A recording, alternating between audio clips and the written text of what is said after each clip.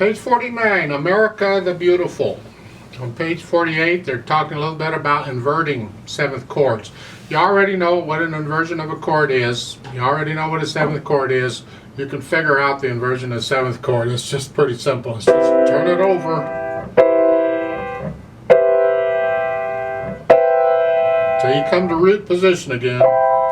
You don't have to use all the notes. It doesn't matter. You can still turn it over. That's what they're doing here. And you'll see it in music. You don't see root position very much in seventh chords in music. It's usually an inversion of some. Take a look at on page 49 over here. In the third line down, second measure. In the right hand, you see those chords, a D here. That's a seventh chord. Now this one happens to be in root position. That's unusual, but that's still a seventh chord. And then here, that's not. Go down to the next line. In the first measure, the fourth line in the right hand, the last beat, the last chord, that E, B flat, those three notes, well, the note left out is the G. That's a seventh chord.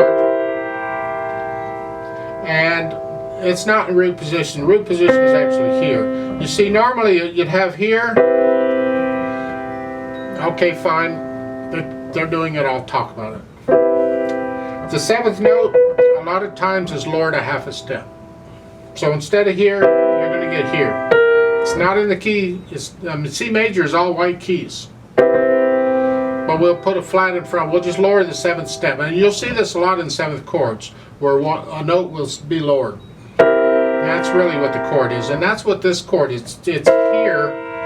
It's in first inversion. They've left out the G. So I take here, and I put the C on top, and I leave out the G, and I get that. It's still a C7 chord. We have different grades, what's the word? We have different varieties of chords. Major and minor and augmented and diminished, where you get seventh chords, and those can be minor and diminished and augmented and blah. It gets involved, so take it slow and easy. Just know that a seventh chord is that, and sometimes on the seventh note, the seventh of the chord, it'll be taken down a half step. So it might be a minor. The chord's not minor.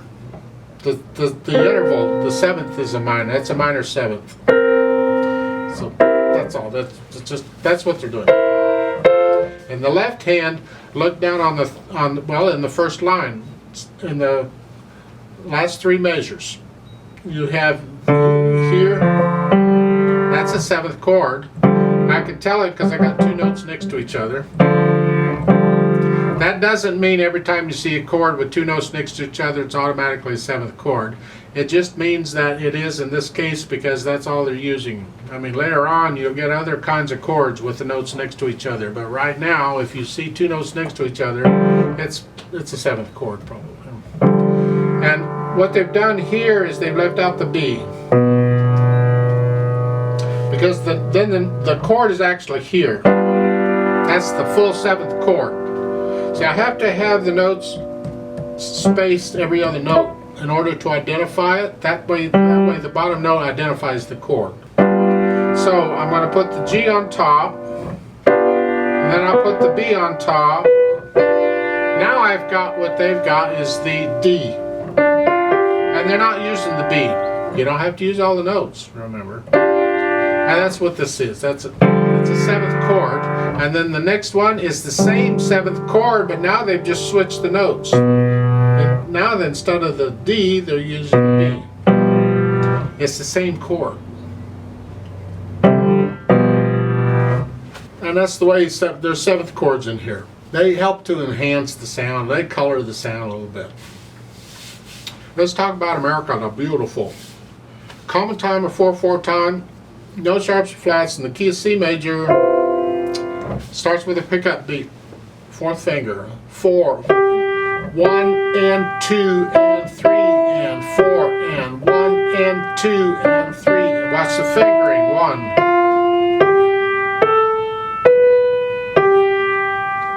And then lift up and move down.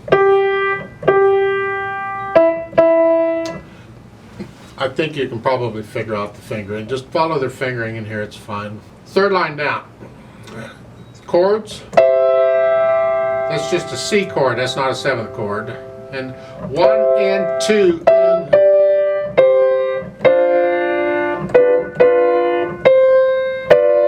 watch their fingering, it's okay. Hold that C down, it's a dotted half note. Get the idea? Last line. Here, thumb. Because you're going to repeat back up to the reverse repeat sign. But for the second ending there at the bottom, you're here. And then the chords, they're just the inversion of a C chord. And then an F chord. And then a C chord. The left hand gets chords. I've already talked about these 7th chords, and then here, hold the G down there in the last measure. There. And then the next line, you get more chords. Then broken chords, 3rd line.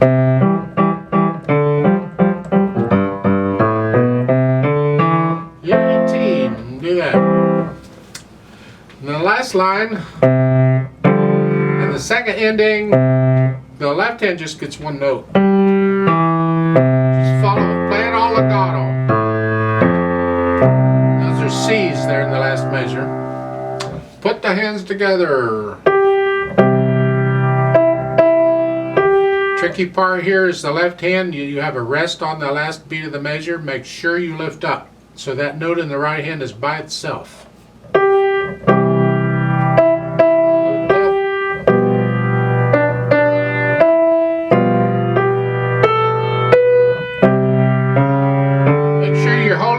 Down you're supposed to, and you do all that. Go down to the 3rd line.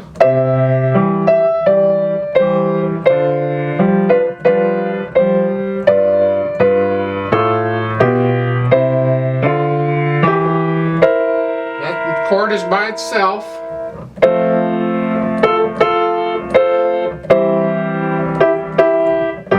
The left hand's got to go down. Be ready.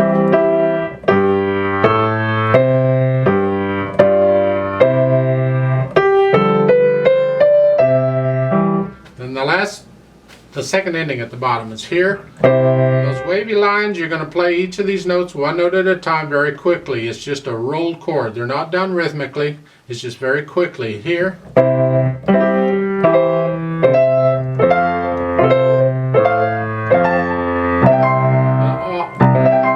All 5 of them. Just quickly. There's a couple ways of interpreting it, and I really want to get into it. You do it as you think. But I play the first note of the chord on the beat, and I hear 1, 2, 3, 4, 1, 2, 3, 4, 1. Some people prefer to play the top note on the beat. If that's how you want to do it, that's up. It's personal. It's an interpretive thing. But I like, and I was taught in college, I do the bottom note on the beat almost all the time. Almost. Not always, but almost all the time. As far as the articulation, it's all majestic and connected except for this. You can lift up in the right hand when you have the slurs and so forth. Okay. Dynamic wise, you can follow the dynamics. They go to the top note in the right hand. Keep the left hand soft. So when you get to the 3rd line, that's the melody, that top note. So if you can, play that louder than the others.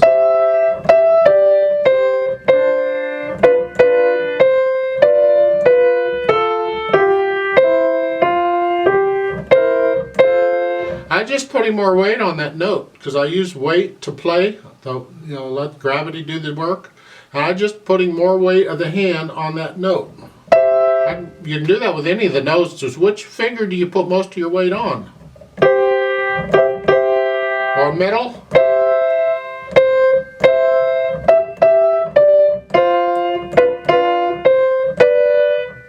That's good practice to learn it in both hands. Is control how loud you play any one note in a chord.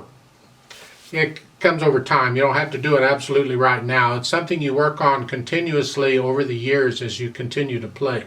Then they add pedals because we want a lot of overtones, a full sound here, and we need to connect these chords together and make it flow, but we don't want it to get mushy.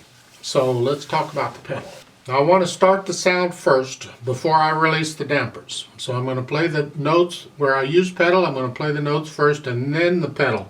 So at the beginning, I'm going to, right there, I push the notes down and then the pedal. And I lift the pedal right after I play that last note because I'm going to connect it. This is all connected.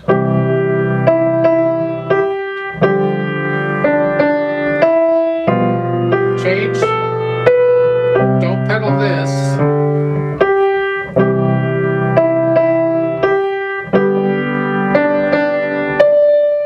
See, it's legato in the right hand. There's no lifting up. It's the left hand. We want to hear the rests. So again, the second line.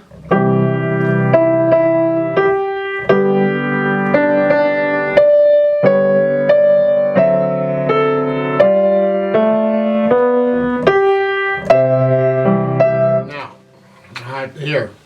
I want to connect this to here. I don't want any breaking. It's got to be connected. It goes to here.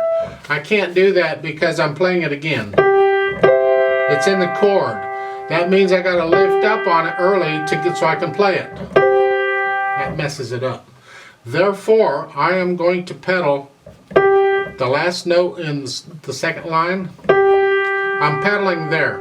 Instead of the first beat of the third line, I've just moved the pedal forward one beat. So I'm pedaling here. That way I'm connecting that. So the last measure of the second line is here. Don't pedal. Now pedal. Like so. Also, because this is an arrangement, after I get to learn it, you can rearrange it or whatever. I tend to, when I do this, I don't play the G again. I tie it. I hold on to it. And then I play it. When they do that, that's just a thing. It's an interpretive thing I do. But we'll play it the way it's written and play it again. So the third line with the pickup note is here.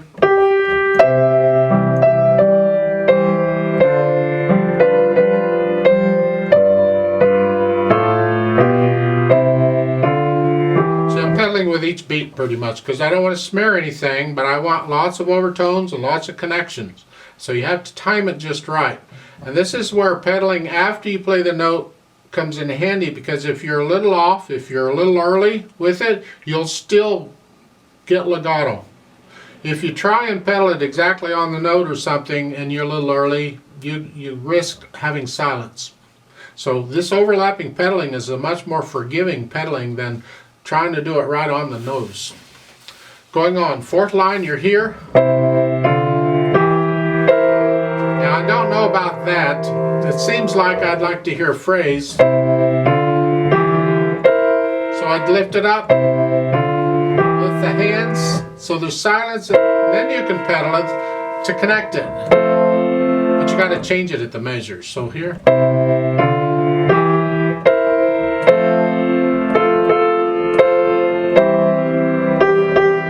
Here I would lift the pedal up so I get a little silence because these notes are accented.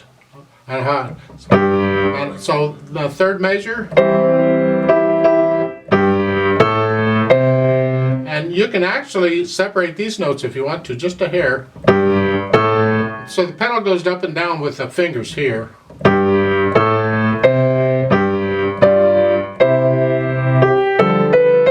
And then the last line there, I would lift the pedal up with the hands here on the dotted quarter note. So that is by itself. There's no sound. And then here, and I don't think I'd pedal that. I don't want all that. Ugh. So that first measure, the last line is here and up. Then you repeat. And then for the second ending down there at the bottom, pedal it like they're showing. You're here.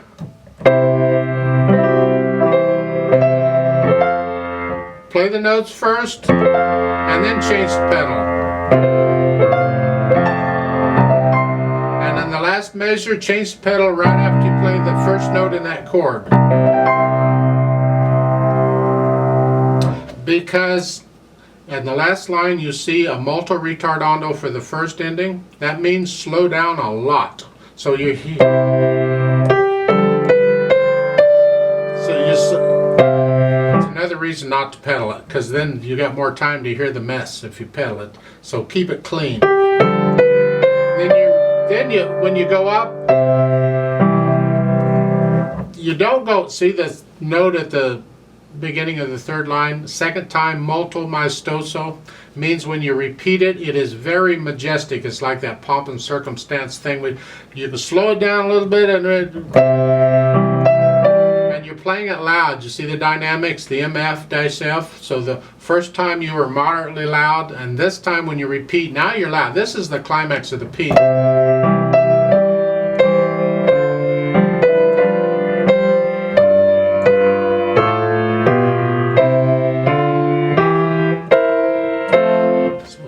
And then when you get down to the bottom, the second ending, you're very loud, and now allargando, I still can't say that word, means broaden it out, which means slow it down a little bit.